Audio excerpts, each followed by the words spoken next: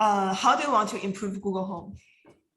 Okay, that's the next question. Do we have a specific goal of this improvement? What do you think? I suppose it would be increase user engagement and, if possible, be economically sustainable. Yeah, we can go for user engagement. Okay, so plus economy. Okay, and do we have specific location, language you want to focus on, or users? Which one do you want to focus on? I might want to focus on United States and with language English because that's our primary users. Okay. And I'm kind of wondering, so which Google Home are we talking about? I know there is Google Home Mini, Google Home Studio, which kind exactly? Just choose one you feel comfortable with. Maybe I can choose Google Home Mini because I have one like at the back of my laptop. Okay, nice. Google Home Mini. Yes. So how I want to improve this product that to increase user engagement, increase user satisfaction. May I take a few seconds here to organize my thoughts? Yeah, sure. Okay.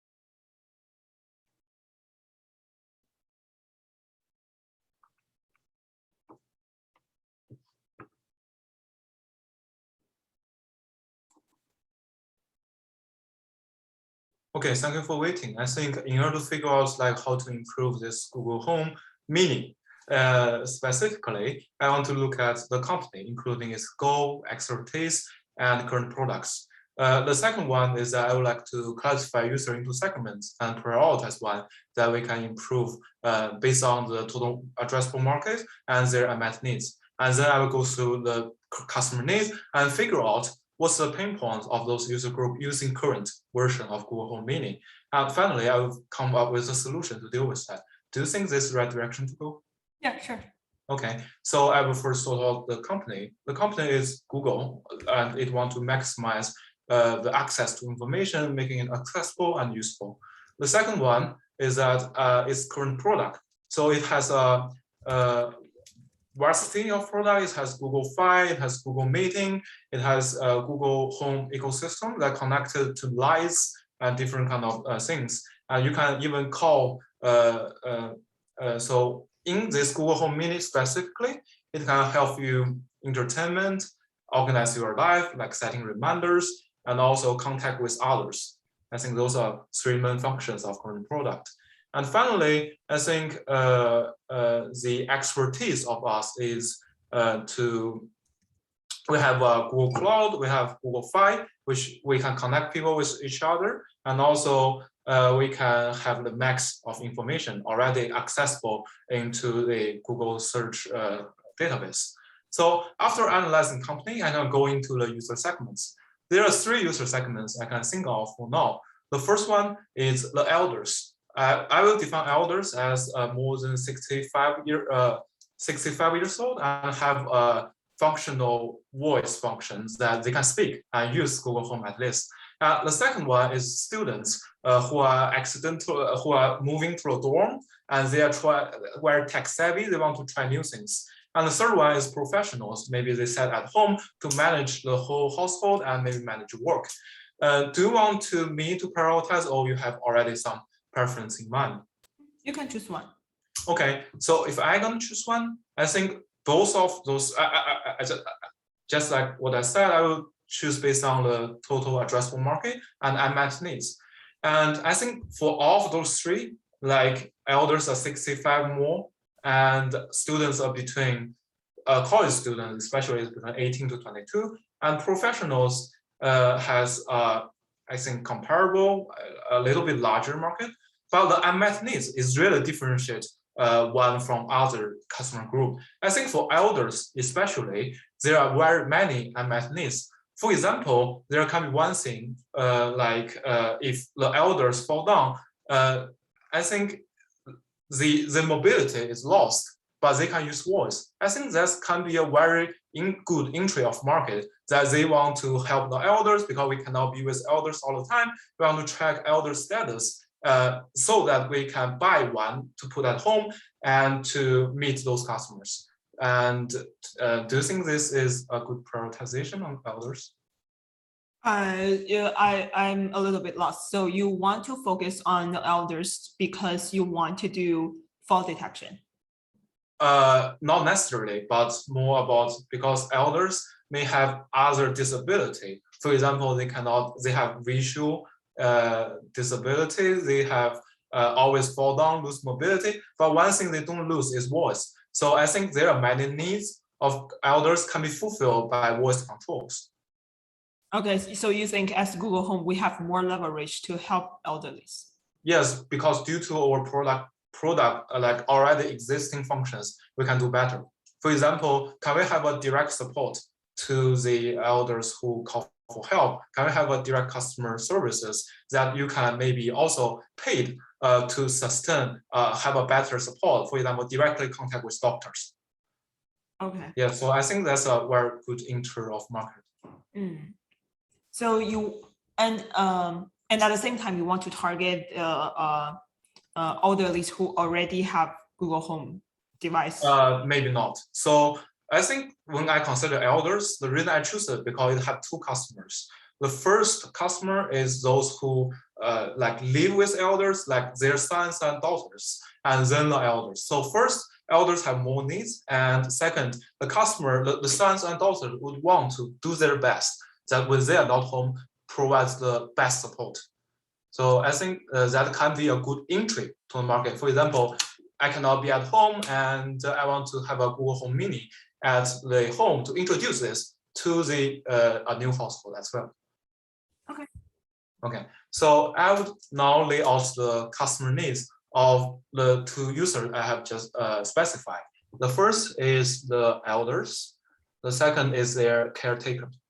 And for elders, I think their needs would majorly be, first, they want some kind of mental needs of independence. They want to do a lot of things without calling for help, if not necessary. They want to prove that they are able, right? Independence. The second is safety during emergency. For example, when they fall down, they want to call for the help. And the third one would be convenience, that they want to, for example, turn off the lights because they already take the pills, already on the bed, not very confident to get back and then go to bed again. So there are three needs: independence, safety, and convenience. And for the caretakers, what I want to know if I'm a caretaker of my parents would be, I want to make sure that I have a sense of safety that my parents are doing okay. So they need let's say, kind of instant or timely to guarantee their safety. So first is that I need to have access to the information about my parents. And the second one would be to, after knowing it, I'm assured that even under that situation, they can get help. So the second is assurance of after getting that situation, like you have enough support for it. And the third one is maybe a sense of contribution. That the reason I buy it is because I want my parents to be best protected. So maybe we can add some payment to it so that people will say, okay, I pay this money and also we got good support. I have a sense of accomplishment and sense of contribution to the family. And now I would, from those customer needs, to come up the pinpoints and then prioritize one pinpoint that I want to address. Do you think this is the right way to go? Yeah. Okay. So for the pain points of current version, there is only for current version under emergency. The only way is to call maybe 911, and there's no specific hotline that can deal with the things more professionally. Because I think if we so non-targeted help.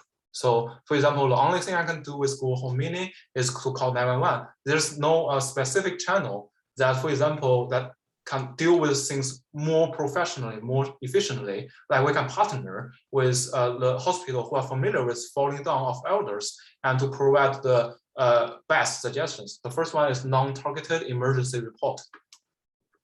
The second one is mostly for the users that I cannot get updated with the information of my parents. Not updated with the parents. For example, if I'm the caretaker of my parents, I'd like to know that if my parent did not use Home Mini for 3 days, I may notice, okay, there's something going wrong. I need to go home. So I think that kind of pain points is very needed, that I need to know my parents is actually interacting with the Google Home Mini to guarantee they're safe. So that's kind of a way. The third one would be majorly so for Google Home Mini, there are some steps that elders cannot very familiar with. For example, setting up with the Wi-Fi. And for me, that is hard process because I connect to my home bronze gas Wi-Fi, and you need the MAC address. So it's kind of complicated. So pain point would be the setting up process. So here I want to prioritize one point. If you don't have any preference over those. Okay, so I think I would prioritize one based on the frequency of happening and the seriousness of the pain points, and also the company culture. So I think out of those three, I would like to choose the second one, which is not updated parents' information. For example, first, it happened quite frequently that I did got, if my parents don't have any messengers app, I need to get updated with how's my parents doing. And the second one is the seriousness, that if I didn't get updated for 3 days, I'm pretty worried about it. And the third one is it fit with the company culture, which is maximize the access to information, by which I mean the safety of parents is also information. So I think we can come up with solutions so that through Google Mini, the parents can passively and actually communicate with their caretakers about their health conditions. Is that okay for you? Yeah, so one question I have regarding to your access to information, I understand that caretakers might need the information from their parents, but at the same time, how can you make sure the data privacy from those patients or elderlies to be protected? Yes, I definitely agree with you. I think there can be an agreement signed that from parents and caretakers that they can use this kind of information. And it can also be just accessible from the caretakers and the elders, not accessible by people like outside of the community, those people who sign an agreement. And also very conveniently, elders can turn off the Google Home Mini intentionally, so that if it's not intentionally, it's probably they will message the caretakers that I'm okay, I'm just want to get rid of it for some time. Okay. Yes. So I think I will come up with solutions now and take a few seconds if that's okay. Sure.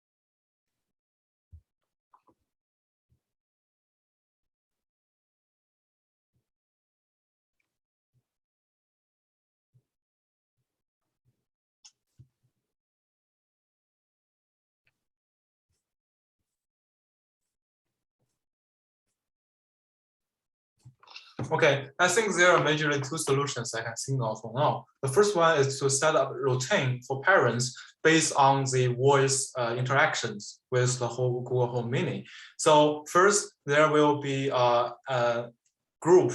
You can create a group with two roles. First is caretaker, second is elders. Second, you can set up a notification scheme. For example, if your parents don't interact with Google Home Mini for 1 day, notify you, at least send a push notification, or it can be 1 week, it can be 3 days.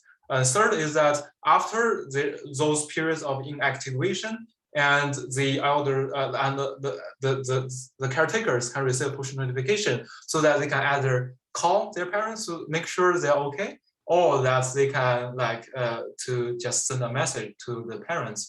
And I think that's the first solution. The second solution is to I know Google Home also has camera, and we can put some cameras in the rooms to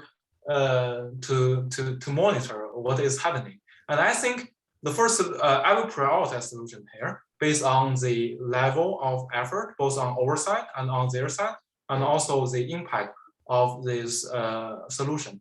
For me, I will prioritize the first one, because the level of effort for the customer is less. They don't need to buy another camera. Maybe it's good for us, but considering the impact that for the safety and privacy reasons. For safety, I mean, there always be corners that the camera cannot take, and maybe the parents just fall down at outside, and that can also be the situation which camera cannot take.